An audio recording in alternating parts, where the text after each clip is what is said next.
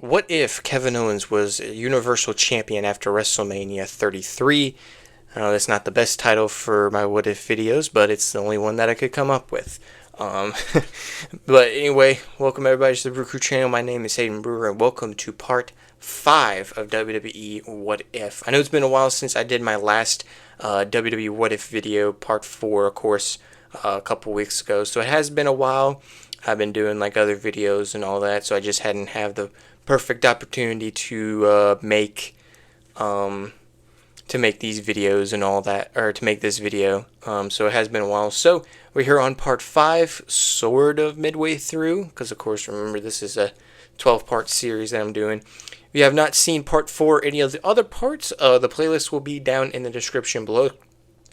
Will be down in the description below, so definitely go check out those videos so you guys can be caught up. So this is coming after WrestleMania 33. I'll definitely tell y'all some of the changes that happened in the previous video and as well going on through the series as we go along. But anyway, before we get into the start of the video, if you guys are not new to the channel, make sure you guys actually hit that subscribe button and also hit that notification bell so you guys can be updated on future videos and also the future videos of this series as well. Now with that out of the way, let's go ahead and get into the video.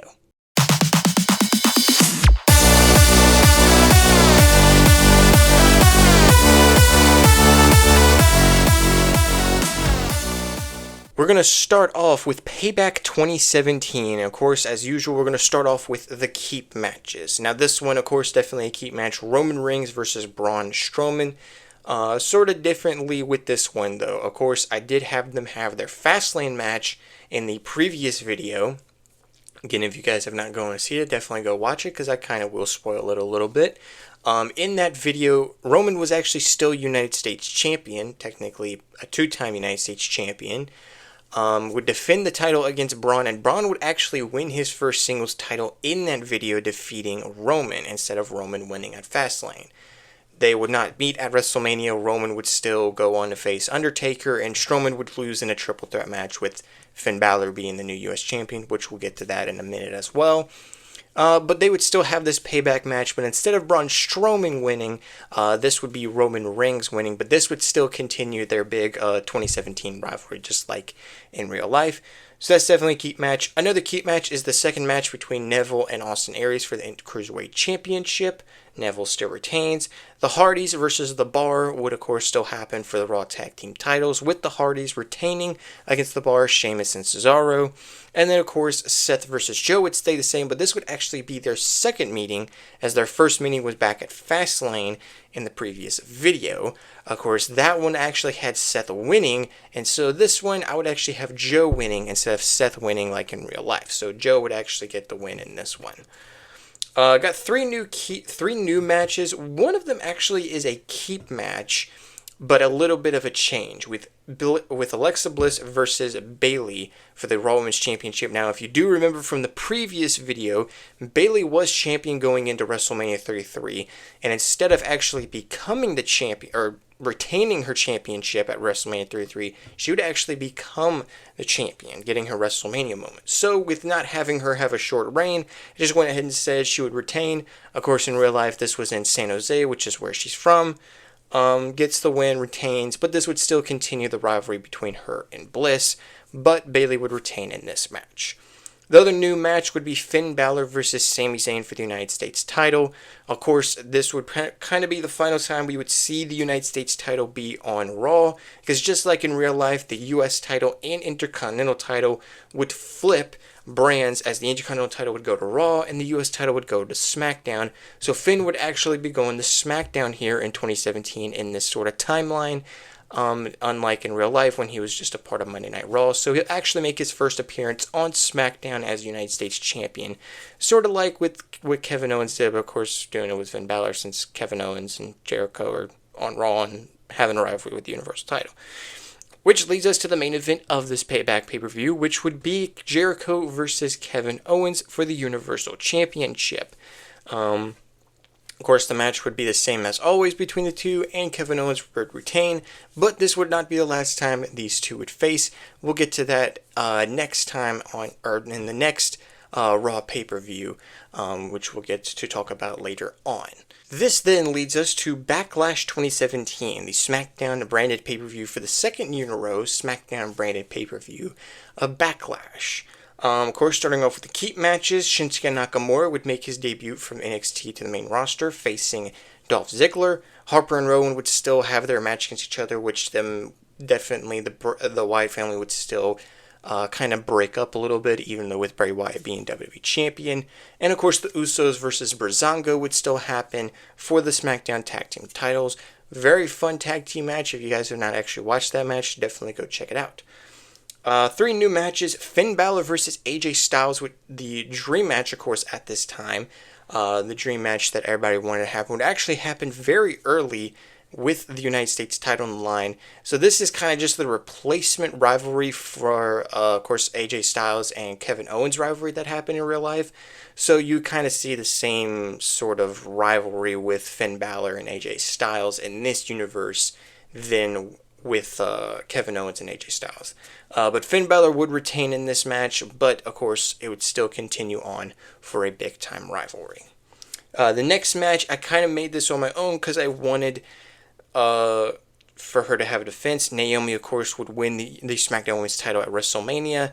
She did not have a defense at Backlash in real life, and Charlotte would actually, because of, I think it was a superstar shakeup or something, she would actually move over to SmackDown, and I feel like the first defense for Naomi would be against Charlotte. She would retain. So yeah, I just thought it would be pretty cool, because really the only other 2 title defenses in real life that Naomi would have would be against Lana and Natalya at SummerSlam. But continuing on with the main event, Randy Orton versus Bray Wyatt, which, kind of a fun fact, I did not notice this until I was reading the matches.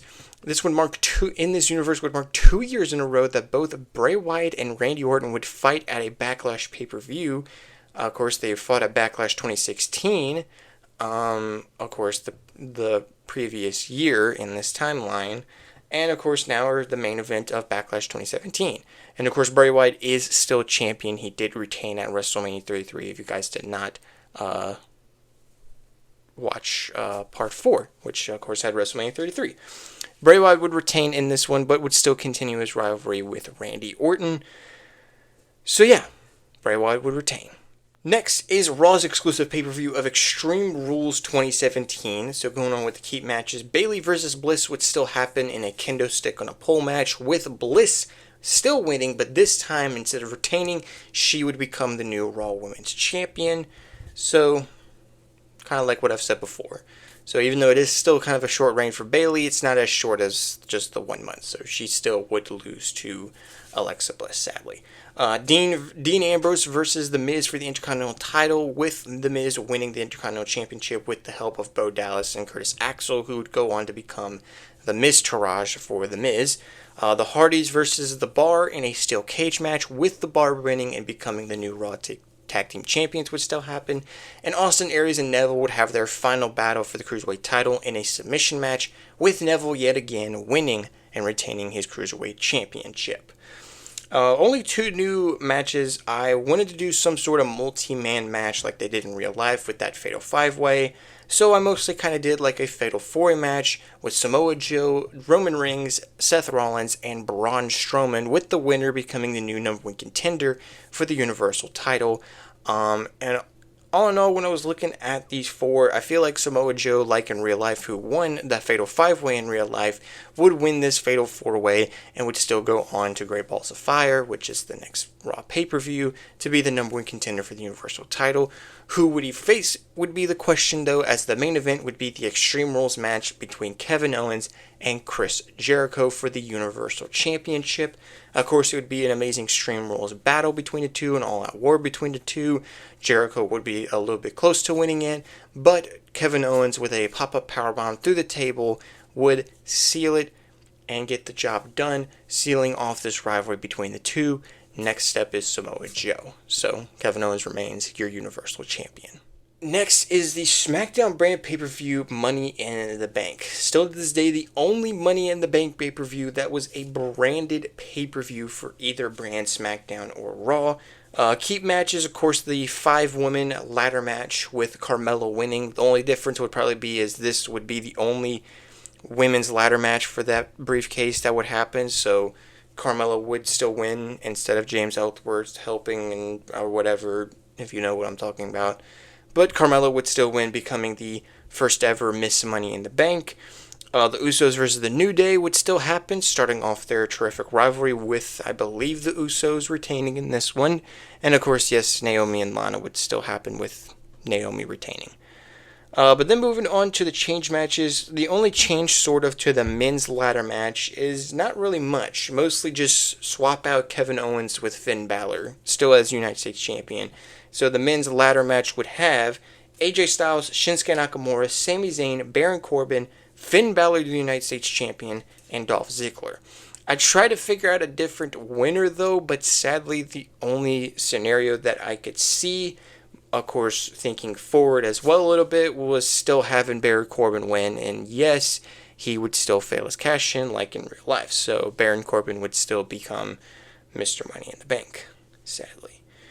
Anyway, in the main event, or probably co-main event or whatever, I kind of just mostly did this because just wanted to kind of get him involved or something, or just kind of not have him in my head or anything. Jinder Mahal would still be involved with the WWE title, as he would make the rivalry between Bray Wyatt and Randy Orton a triple threat match at this pay-per-view. Bray Wyatt, against all odds, would still win, and this would be the final and only time we would see Jinder Mahal in the WWE title picture. But this would still not end Randy and Bray's rivalry, as it would still continue on to the next SmackDown pay-per-view. Next is the next Raw exclusive pay-per-view, Great Balls of Fire, and good keep matches. Hardys versus The Bar for a 30-minute tag team Iron Man match, which was an amazing match. The Bar, however, just eking out the victory in the last couple seconds. Hardys almost tying it, but the seconds would run down, couldn't get the pin off, and The Bar, Cesaro, and Sheamus would retain. Sasha versus Bliss would also stay the same, with Bliss retaining. Braun Strowman versus Roman Reigns in an ambulance match would stay, and with Braun Strowman winning. And of course, Miz versus Dean for the Intercontinental Championship, with The Miz retaining his Intercontinental title. Only 2 new matches. This was kind of just a made-up match that I just thought to myself. Brock Lesnar versus Seth Rollins. Kind of Brock Lesnar wanting to go back after the title, with of course Paul Heyman, go one-on-one with Seth Rollins. Kurt Angle kind of saying, hey, one of y'all win, y'all definitely get a future shot at SummerSlam. Brock easily, of course, would win, getting his future title shot. And of course the main event would be Kevin Owens versus Samoa Joe for the Universal Championship, and an amazing match back and forth between the two, but Kevin Owens would prevail, but after the match would get attacked and of course hit with an F5 by Brock Lesnar, setting up their big SummerSlam match. But before we go on to SummerSlam, we got one more SmackDown exclusive pay-per-view, that is Battleground 2017. So the good amount of keep matches for this: New Day versus the Usos in an amazing tag team match, with the New Day winning, becoming the new SmackDown Tag Champs. Shinsuke Nakamura versus Baron Corbin, with, I believe, Shinsuke Nakamura winning. Cena versus Rusev, yes, would still happen in a flag match, with Cena winning. And of course the Fatal 5-Way Women's Elimination match, with Natalya winning this elimination match, becoming the new number 1 contender and going on to SummerSlam to face Naomi for the women's title. AJ Styles versus Finn Balor for the US title would be the first change match. Would not still happen, but would be the first change match, with AJ Styles, like in real life, would still win his first United States title on a house show event, but he would actually lose the title back to Finn Balor here at Battleground. But Finn Balor wouldn't quickly lose it to AJ Styles, which I'll get more into that when we get to SummerSlam. But Finn Balor would still be United States Champion going into SummerSlam, but this rivalry, of course, would still continue. And the main event would be Bray Wyatt versus Randy Orton.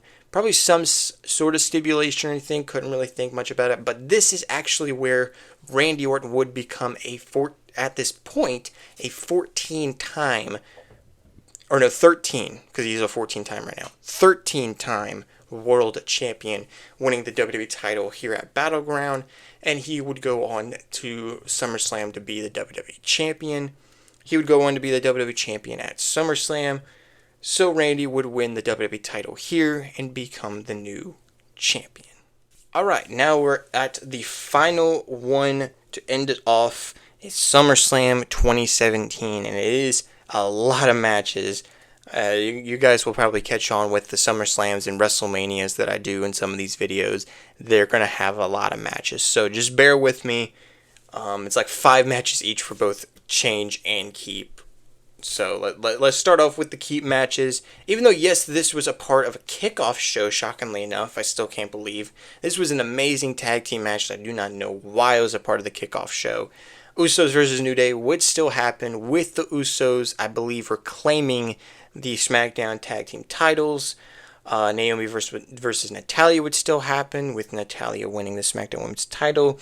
Sasha and Alexa Bliss would still face against each other for the Raw Women's title, with Sasha Banks winning, but also would have a much longer reign instead of holding on to the title for 2 weeks. Get to that, though, for the next part. John Cena versus Baron Corbin would sort of still happen. Of course, at this point, Baron Corbin no longer Mr. Money in the Bank, and of course would face John Cena still, and Cena, yes, would get the win. And finally, I have it written down as the Bar versus the Shield, but it's mostly Sammy Cesaro versus Dean Ambrose and Seth Rollins. Of course, leading up to this, Seth Rollins and Dean Ambrose aligned themselves a little bit a couple of times. Then they officially came back together, kind of already giving the spark at this time to a lot of fans that a Shield reunitement of sorts is potentially going to happen. They just need Roman, but they would challenge for the Raw Tag Team titles, and in a pretty overhated, in my opinion, type of match between the two teams. But Seth Rollins and Dean Ambrose would win, become the new Raw Tag Team champions. And so yeah, that ends off the keep matches, and quickly on to our new matches, starting off with AJ Styles versus Finn Balor. Like I said before, Finn would still be United States Champion. I do also want to go ahead and say there will be no Shane McMahon involved in this rivalry like it was in real life. So no Shane McMahon involved or anything, just want to go ahead and say that. But these two would put on an epic classic between the two, and even though, yes, with the help from the Demon, shockingly enough, Styles would still prevail, even with the Demon King coming out to try to help Finn Balor. Wouldn't help Finn Balor at this big stage, so yeah. So that wouldn't happen. Styles would still win and become United States Champion. I was thinking about wanting to do this match or not, but with all the matches that I made, I didn't know how I wanted to put Roman or even Braun Strowman on this because of the change to main event. So I just went ahead, you know what, let's just have their final meeting against each other here at SummerSlam, and an actual pinfall victory. It's technically 1-1 in a pinfall scenario, so let's actually have their final chapter battle here at SummerSlam. I would have Roman Reigns winning it, and so yeah, it's kind of how I would end off the Strowman-Roman rivalry of 2017. I kind of also made this match because I felt like it would have been good to have a Intercontinental Championship match on this show. So The Miz would face Samoa Joe for the Intercontinental title, and here is actually where I would have Samoa Joe become Intercontinental Champion, winning his first singles title on the main roster, so which, of course, a lot of people really wanted around this time, whether it was a world title on Monday Night Raw, but wanted to go ahead and give him a title shot, and why not put the title on him as well, as he would become the new Intercontinental Champion. And then going on to the next match, the WWE title match, Shinsuke Nakamura would again be the challenger, would again still defeat John Cena to become the number one contender, as he would face off against Randy Orton in another dream match, and what would actually be way much better than Nakamura's match against Mahal, but he would still lose this match against Randy Orton, but they would still continue sort of a rivalry and all that. So just wanted to go ahead and say that. But Shinsuke would still fall short at the WWE Championship. The main event, however, will be Kevin Owens versus Brock Lesnar, a dream match that I don't think neither men ever did one-on-one. So this was definitely a kind of forgotten, sort of, not forgotten dream match, but a sort of dream match that, like, nobody thought would ever happen. Of course, looking at everything, this would be the only time this match would ever happen. So probably back and forth, be one-sided a little bit. Kevin Owens would try to fight back to retain. But, of course, sadly for fans who did not like his run in 2017 as Universal Champion, sadly, yes, still in this universe, Brock Lesnar does still become WWE Universal Champion in 2017, but it's not going to happen at WrestleMania. It happens here at SummerSlam, ending the reign of Kevin Owens. Alright, ladies and gentlemen, so that closes off, what the heck am I saying? That ends everything with part 5. I hope you guys did enjoy this part. Of course, couldn't really figure out a title, so the title is just going to be what I said it is. He was Universal Champion after WrestleMania 33, so I hope you can catch on with what my title was going to be. So yes. So again, I know it's been a while since, of course, I made What If video. Of course, What If Part 4 was a couple weeks ago. So again, definitely go check out that video. Go check out, of course, the other videos. The link to the playlist will be down in the description below and all that. So yeah, with that stuff out of the way, ladies and gentlemen, as I said before, I hope you guys enjoyed. If you guys did enjoy, make sure you guys hit that like button, and also again, if you guys are new, hit that subscribe button, and also again hit that notification bell for future upcoming videos on the channel, and of course again future videos for this series as well.